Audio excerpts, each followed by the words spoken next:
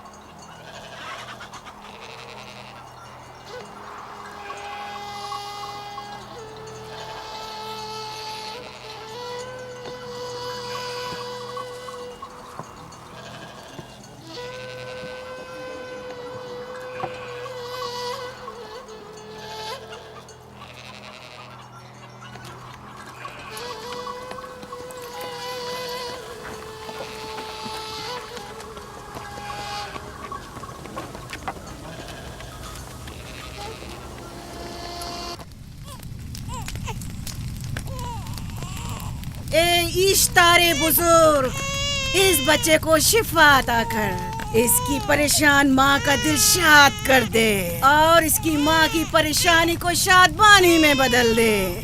اے میرے خدا، اس بچے کو شفا عطا کر۔ اس بچے کی ماں یہ عہد کرتی ہے کہ تیری بارگاہ تیرے حضور میں قیمتی نذرانے پیش کرے گی۔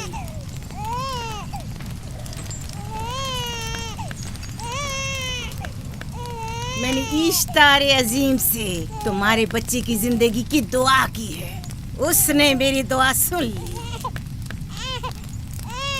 جاؤ اور اپنے بچے کی اس طرح تربیت کرو کہ وہ بڑا ہو کر اشتار کا پیروکار بنے۔ آپ کی اور اشتار عظیم کی بہت بہت مہربانی۔ اشتار مہربان پہ درود و سلام ہو، آپ کی بہت بہت مہربانی۔ میرا بچہ موت کے دہانے پر تھا، آپ نے اسے نئی زندگی بخشی۔ اشتار عظیم بزرگ اشتر کو سلامت رکھے، اشتر کی حفاظت فرمائے۔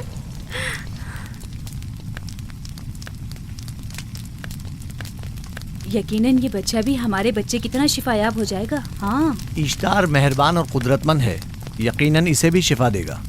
یقیناً ایسا ہی ہے۔ چلیں چلو چلیں۔ یہ تم لوگوں کو کیا ہو گیا ہے؟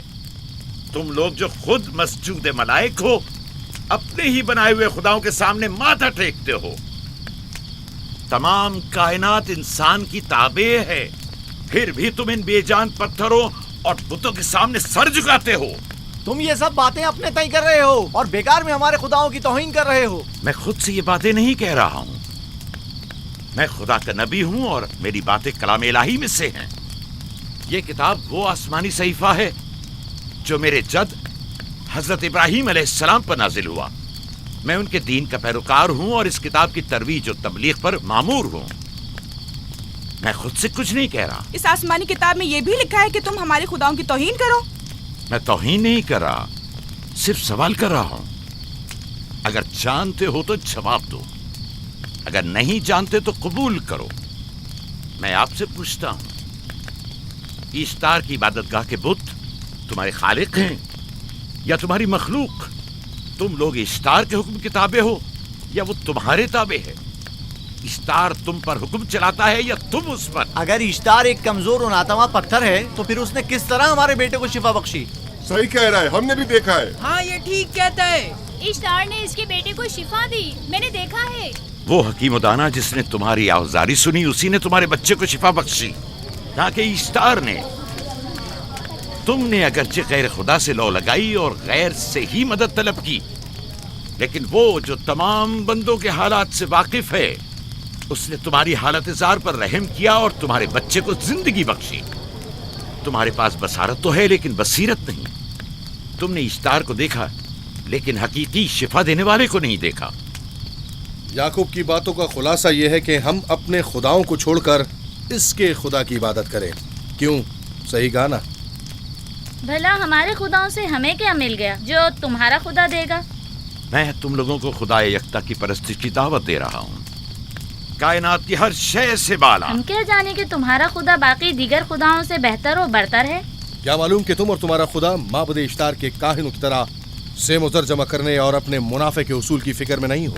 سب جانتے ہیں کہ میں لابان کا غلہ چراتا ہوں اور میرے پاس اپنا ذاتی کچھ نہیں ہے. کیا میں نے اب تک آپ لوگوں سے اجرت طلب کی ہے؟ کیا اب تک سوائے محنت و مشقت کے کچھ اور کرتے دیکھا ہے؟ اگر بعد میں اجرت طلب کر لی تو؟ اب تک تمہارے پاس طاقت نہیں تھی، ورنہ تم بھی کاہنوں سے کچھ کم نہیں ہوتے. تم سب ایک جیسے ہو، صرف اپنے مفادات کی فکر میں رہتے ہو اور اپنے پیٹوں کو بھرنے اور خزانوں کے انبار جمع کرنے میں لگے رہتے ہو. تم حق بجانب ہو. تم نے اپنا اکلوتا بیمار بیٹا کھویا ہے اور کسی نے بھی تمہاری مدد نہیں کی، نہ ہی ایسٹر جادوگرنی نے اور نہ ہی معبود کے خدا اشتار نے. اگر تمام خداؤں سے بھی منہ موڑ لو تب بھی حق بجانب ہو. مجھے معبود کے عاجز خدا اشتار سے کوئی سروکار نہیں. میں تمہارے نادیدہ خدا کے بارے میں بات کر رہا ہوں. ہم نے ان بے جان پتھروں کے خداؤں سے کیا کچھ نہیں سہا، اب کسی اور خدا کے متحمل نہیں ہو سکتے. معبود کے کاہن آ گئے. یہاں سے جلدی نکلو. ہٹ جاؤ فارس، ہٹ جاؤ.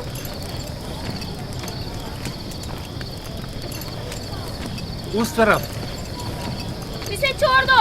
جاؤ. اس نے کیا کیا ہے؟ جاؤ. اسے چھوڑ دو. جاؤ اسے پکڑو، بھاگنے نہ پائے. جاؤ.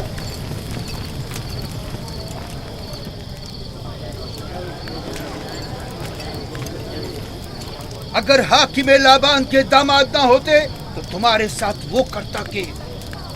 مجھے تم سے اور کاہنوں سے کوئی خوف نہیں. جاؤ یہاں سے اور مزید یعقوب کی کفر آمیز باتوں پر کان مت دھرو. کیا دکھائی نہیں دے رہا کہ یعقوب کی کفر آمیز باتوں کی وجہ سے فدان کو قحط کا سامنا ہے؟ چلو پہلے یہاں سے چلو، غضب نازل ہو جائے. چلو یہاں سے جلدی چلے. چلو چلیں. چلو جاؤ. چلو یہاں سے جلدی کرو. آ جاؤ تم بھی آ جاؤ. چلو بھائی تم بھی یہاں سے چلو. جلدی کرو.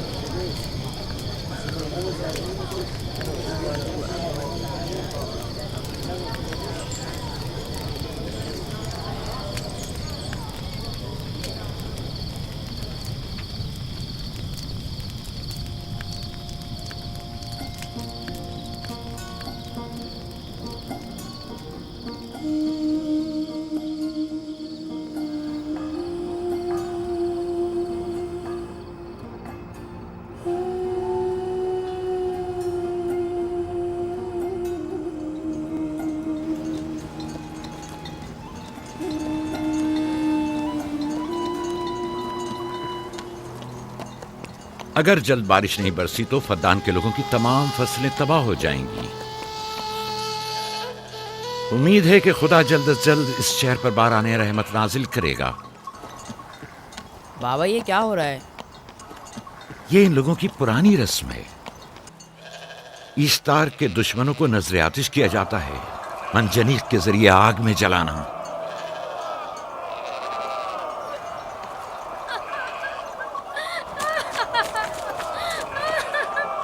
ہم پر رحم کرو، اس کا گناہ کیا ہے؟ چھوڑ دو مجھے، چھوڑ دو مجھے. آخر میرا گناہ کیا ہے؟ میں نے کیا کیا ہے؟ چھوڑ دو مجھے.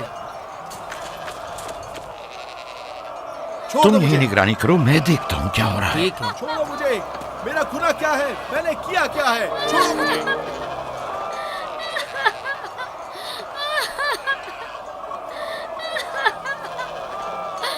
ہم پر رحم کرو. چھوڑ دو مجھے، چھوڑ دو مجھے. میرا گناہ کیا ہے؟ میں نے کیا کیا ہے؟ چھوڑو مجھے، چھوڑ دو مجھے. اسے چھوڑ دو. یعقوب چرواہا ہے، حاکم لابان کا بھانجا. کائن محترم ہم پر رحم کرے، فارس نے کچھ نہیں کیا. یہی سزا ہے. فدان کے لوگوں میری مدد کرو، میں بے گناہ ہوں. فارس کو سزا ملنی ہی چاہیے.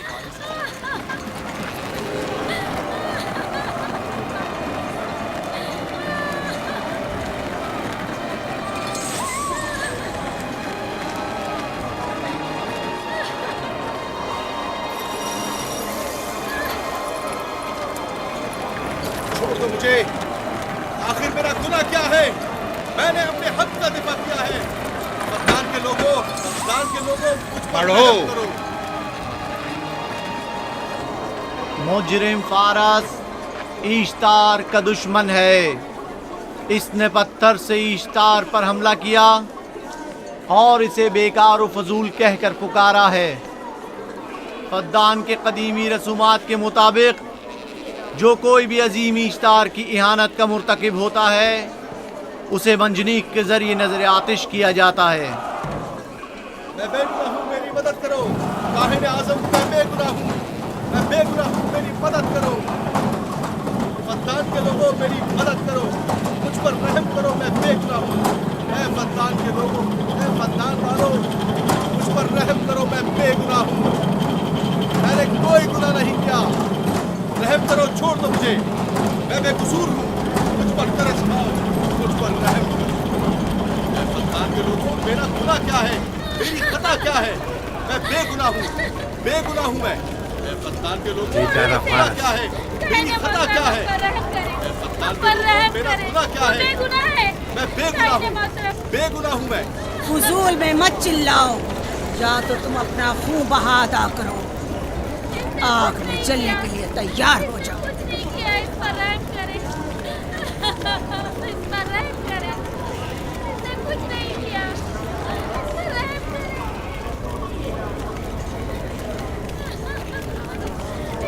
اس کا خون بہا کتنا ہے میں ادا کرتا ہوں۔ تم ادا کرو گے؟ کیا وہ خود ایشتار کے دشمنوں میں سے ہے؟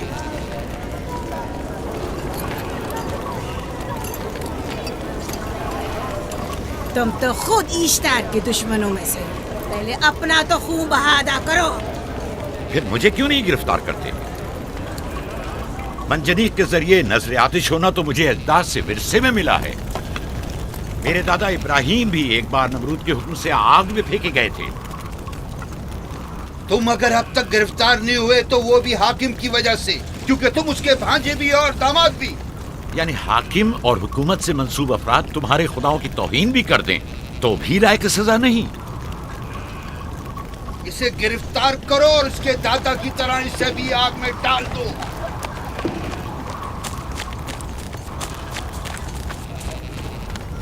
چھوڑو مجھے، چھوڑو مجھے، میں نے کہا چھوڑو مجھے۔ اے یہاں کیا ہو رہا ہے؟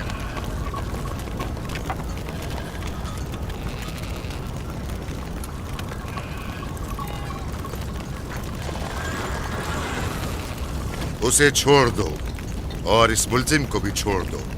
فارس کو سزا ملنی چاہیے۔ جب یعقوب اس کا خون بہا ادا کر رہا ہے تو تم لوگوں کو حق نہیں کہ اسے سزا دو۔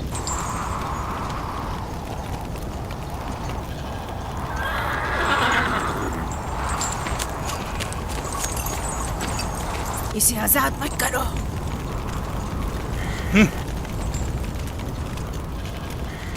یعقوب، تمہیں 500 دینار فارس کا خون بہا ادا کرنا ہوگا۔ مجھے کوئی اعتراض نہیں، میں یہ رقم ادا کر دوں گا۔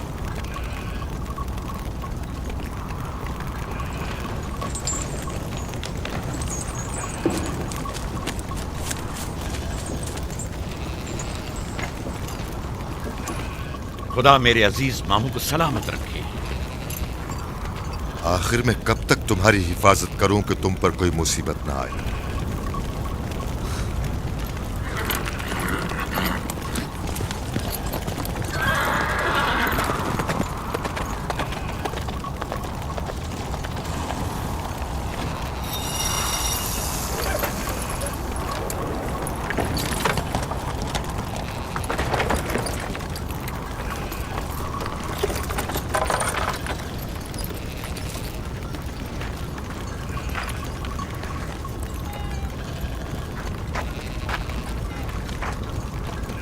ہم شکر گزار ہیں، آپ کا بہت بہت شکریہ۔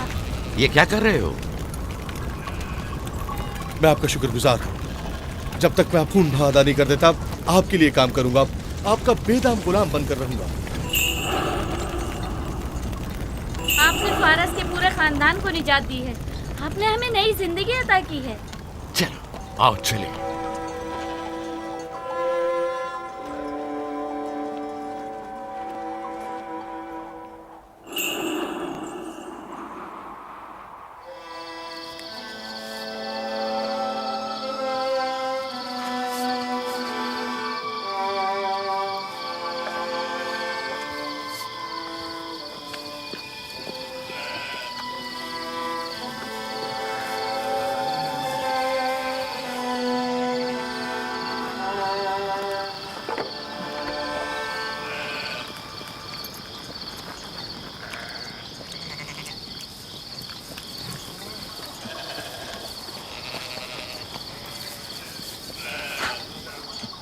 اچھا آدمی ہے، بیچارہ ہمیشہ کام میں جتا رہتا ہے۔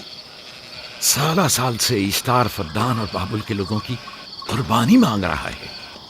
اگر خدا لابان کو ہماری مدد کے لیے نہ بھیجتا تو یہ ہم دونوں کو ہی جلا دیتے۔ فارس کو چاہیے کہ اپنی زندگی کی نجات ملنے پر اشتار پرستی کو چھوڑ کر یکتا پرست ہو جائے۔ ہو گیا ہے راہیل، وہ ہو گیا ہے۔ جس لمحے اسے موت سے نجات ملی ہے وہ یکتا پرست ہو گیا ہے۔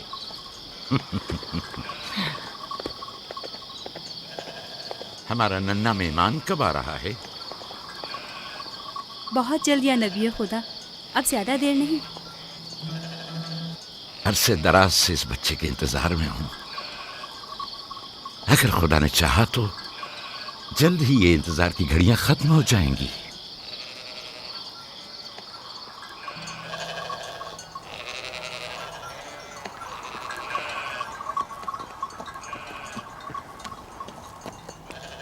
اس سردار اور اس کے ہمراہیوں پر درود ہو۔ یعقوب گلابان پر درود ہو۔ شکر گزار ہوں۔ لگتا ہے کہ اشتار کے لیے نذرانے لے کر جا رہے ہو۔ خداؤں کو خوش بھی تو کرنا ہے، ورنہ اس سال بارش کا کوئی امکان نہ ہوگا۔ ایسا نہیں لگتا کہ ان خداؤں سے کہیں زیادہ تمہیں ان کھجوروں کی ضرورت ہے؟ کچھ لوگوں نے توہین کر کے خداؤں کو غضبناک کر دیا ہے اور اب ہمیں اس کی تلافی کرنی ہوگی۔ آپ کو یقین ہے کہ فدان پر معبد اشتار کے یہ بے جان پتھر کے مجسمے بارش برساتے ہیں؟ تمہاری انہی باتوں نے خداؤں کو غضبناک کیا ہے اور انہوں نے سرزمین فدان سے برستے بادلوں کو دور کیا ہے۔ خداؤں کی توہین کرنے سے باز آ جاؤ یعقوب۔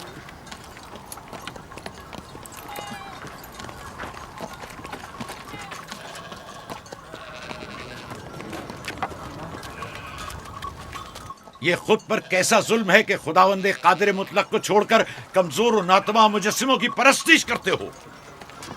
کیوں اپنے تاریخ قلوب کو خدا یکتا پر ایمان لا کر منور نہیں کرتے ہو؟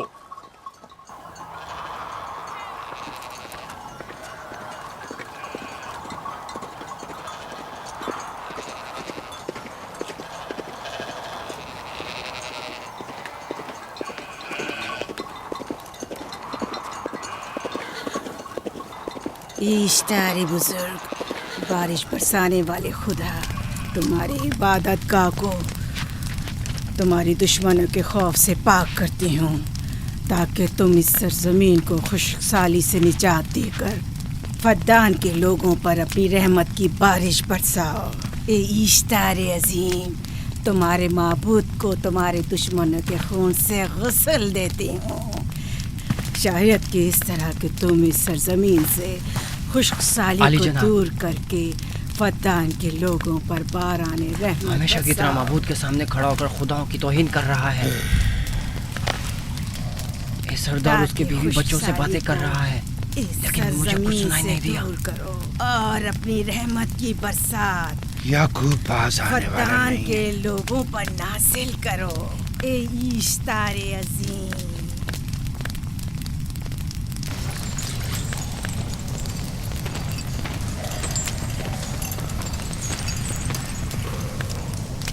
یعقوب نے پھر وہی کرنا شروع کر دیا۔ امید کرتی ہوں کہ وہ خیر و غضب کا شکار ہو۔ اب اس کے ساتھ کیا کریں؟ تم بس لابان کو یہاں بلاؤ، باقی سب مجھ پر چھوڑ دو۔ جلدی سے لابان کو بلا کر لاؤ۔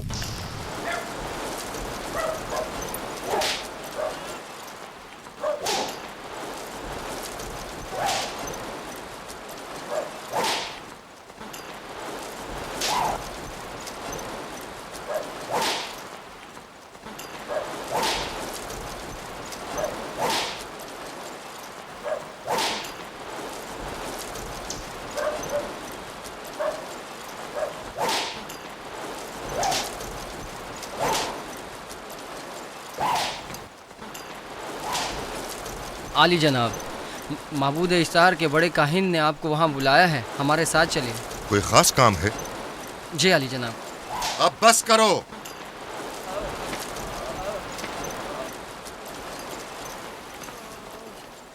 اگر اب کی بار چوری کی تو کوڑوں سے زندہ بچ کر نہیں جاؤ گے۔ وعدہ کرتا ہوں، میرے باپ کی توبہ۔ کھولو اسے۔